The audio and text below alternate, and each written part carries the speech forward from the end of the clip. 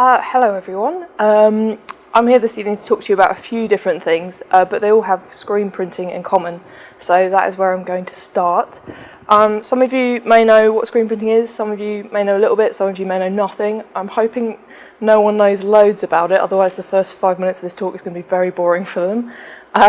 So I'm going to talk you through how I made these t-shirts, which are 2-colour prints. So that's me. I'm a screen printer. I do a lot of different things that involve screen printing.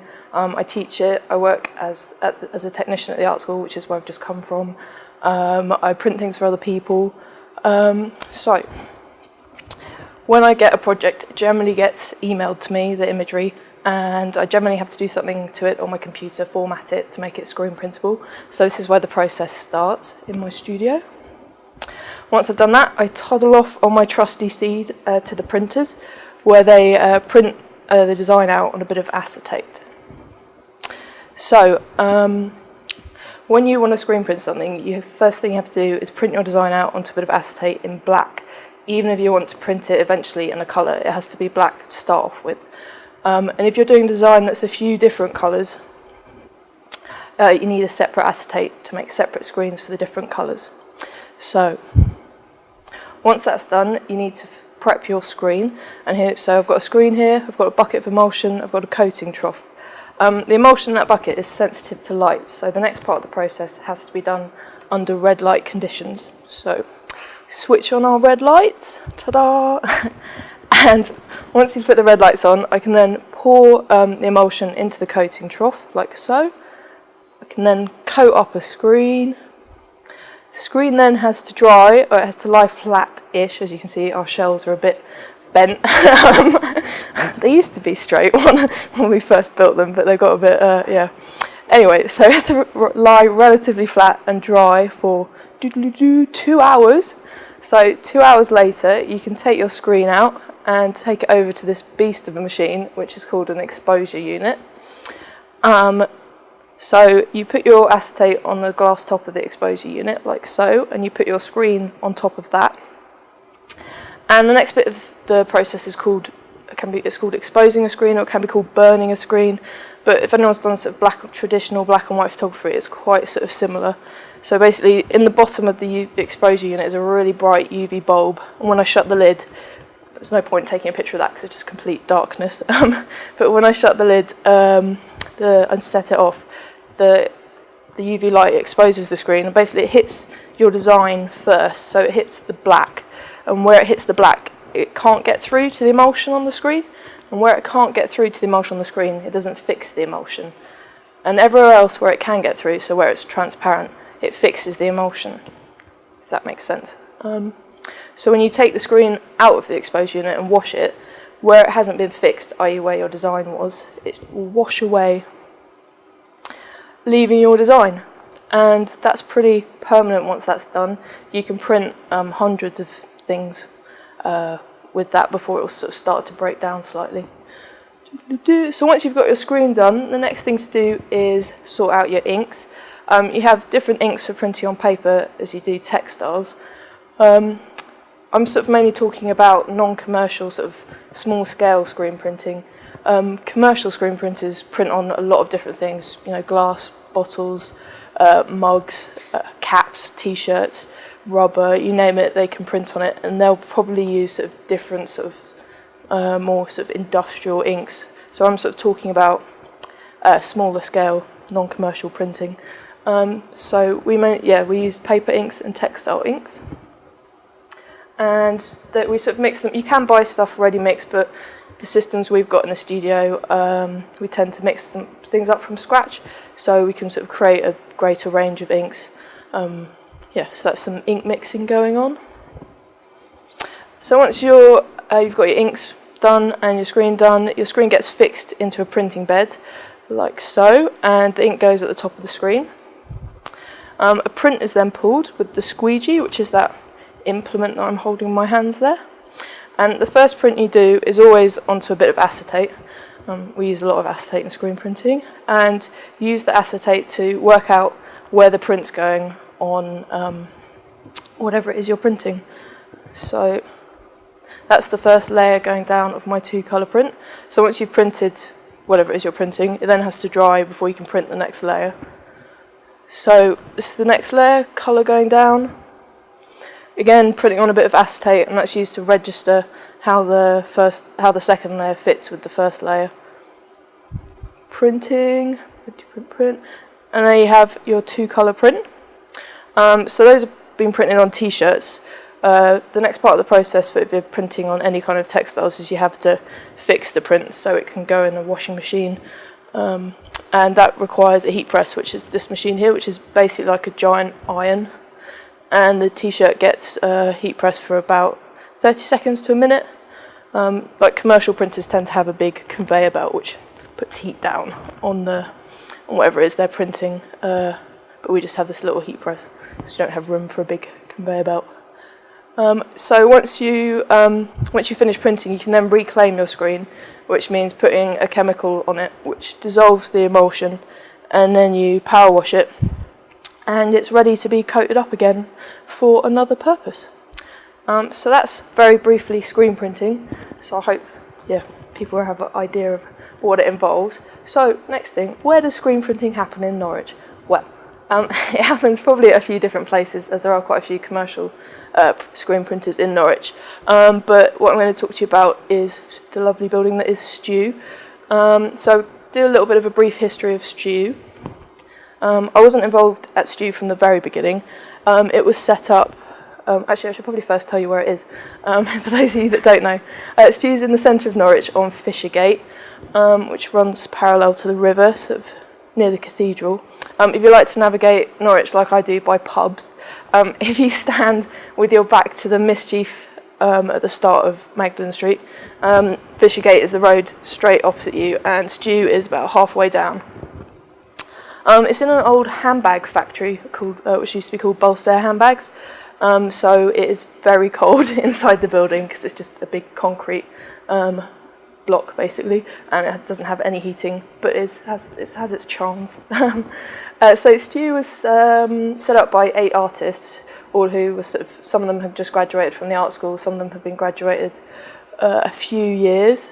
When they took over the building, it had been empty for quite a while, and they sort of had to do everything from scratch, and it was all started completely sort of self-funded. They each put in, I think, a couple of £100 each, and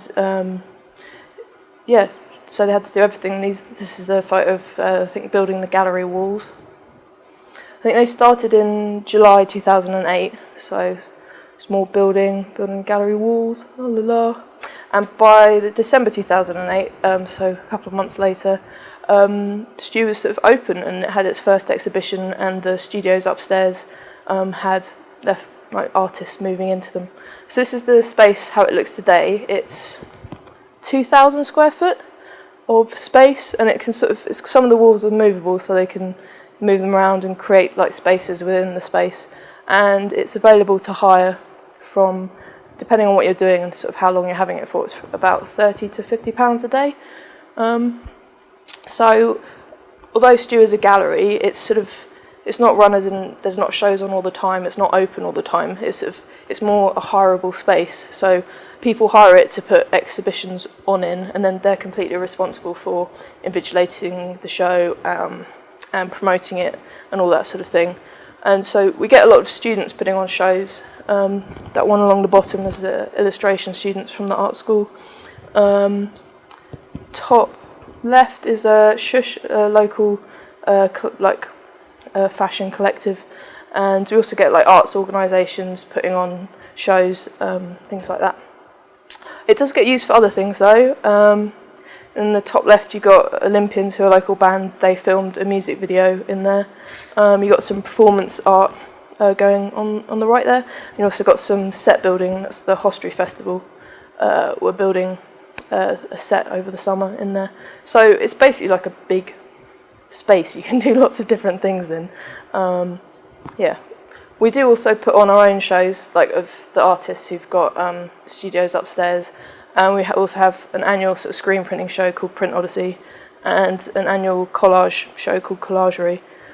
So there is always stuff going on, but the gallery there are periods where it is shut, so people do get a lot of people knocking on the door asking if something's going on. Yeah, so that's the gallery space. The next part of Stew is the workshop, which is behind the gallery, and it's basically a wood workshop. That's it. Quite full up. So it's slightly empty. There it is, a bit fuller, and it's got quite a lot of woodworking equipment in it, saws and things like that. And it's if you're a studio member, you can book it to do bigger sort of projects in that you might not be able to do in your space, or require a bit more mess making.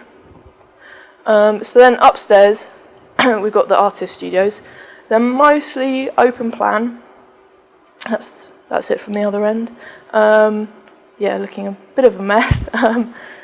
Yeah, they house about 30 artists, and we've got a real broad range of people doing different things: painters, sculptors, more traditional things, and illustrators, designers, to sort of people working with sound and video, and even some like musicians and bands and things have studios there.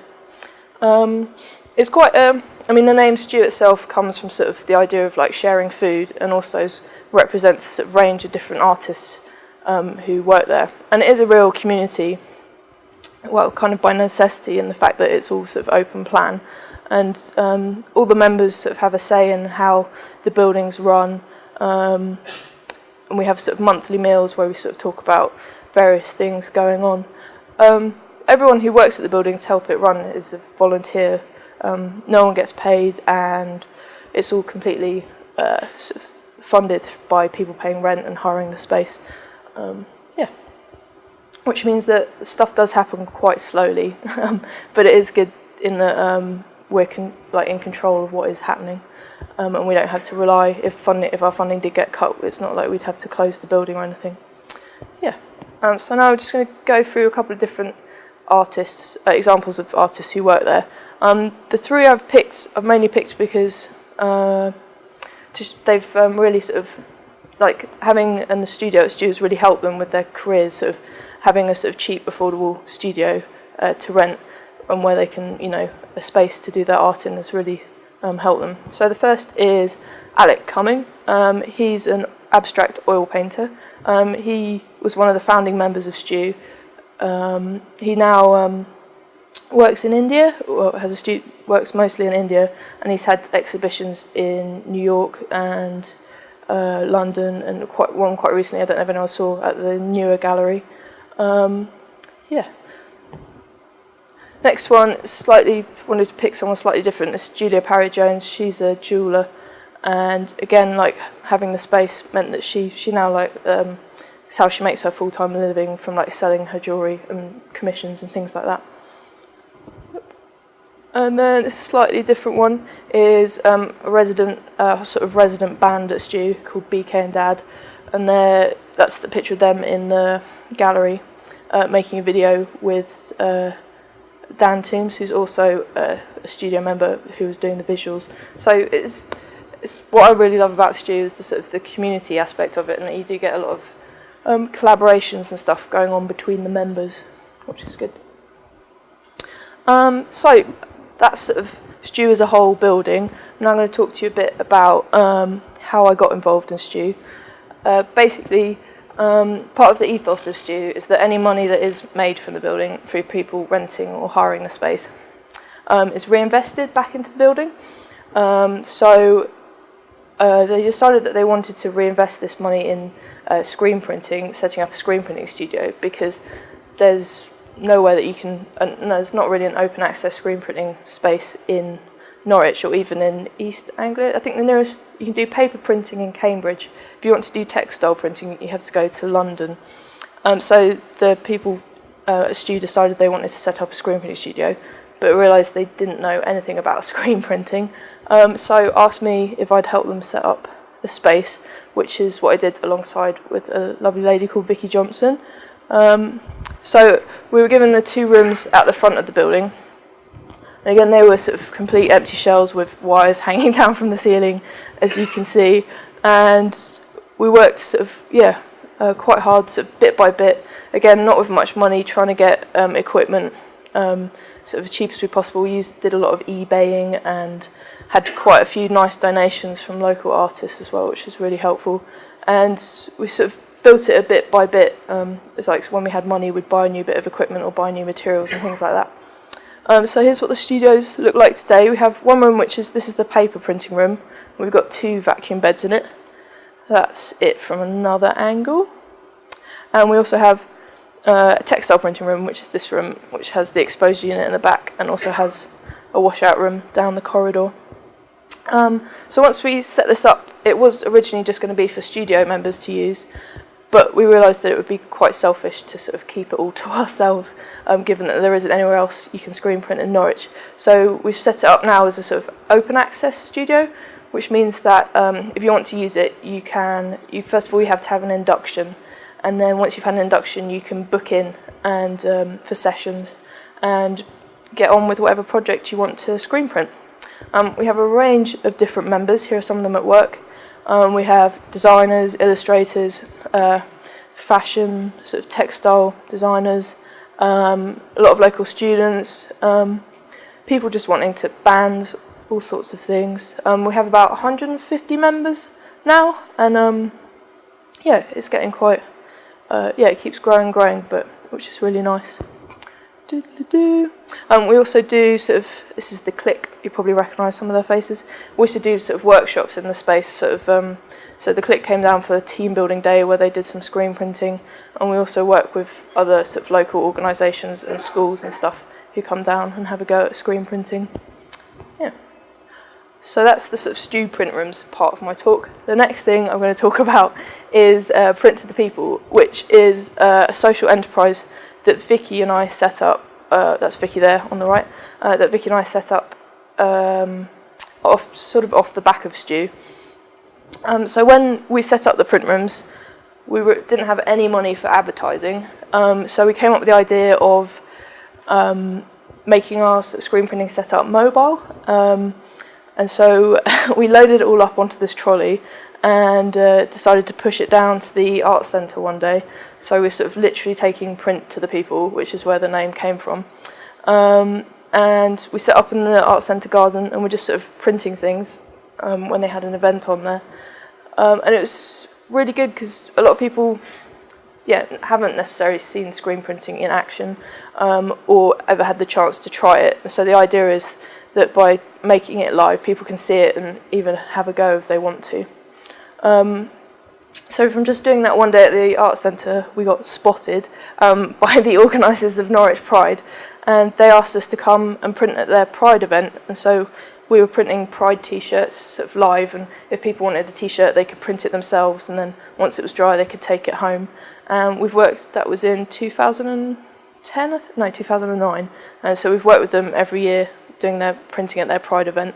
And it's just really good. Like, people always think they can't do it. Like, oh, I don't want to do it, I'm scared.